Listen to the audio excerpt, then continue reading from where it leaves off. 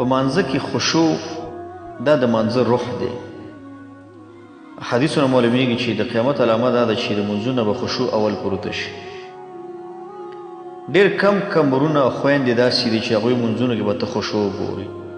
ټول خلک منځونه داسې کوي لکه مسابقه ده په منځونو کې، څوک به زر ختموي. ډېر خلک 2 سجدې داسې کوي لکه 1 سجده. رکوع داسې کوي لکه ډایرکټ ښکته کېږي او منځ کې د صدق سټاپ شو.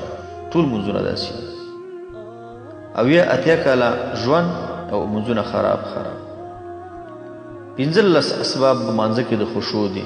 قدرمندو دا دقیق ځان سره واورئ د عمل په نیت باندې. په زړه کې د الله تعالی تعظیم او هیبت لرل. الله ستر ذات دی، زړه کې دا راوله. دویم هغه څه چې خشوع خرابوي هغه ځان د هغه نه وساته. څه چې خشوع خرابوي د هغه نه ځان وساته. لکه ولږه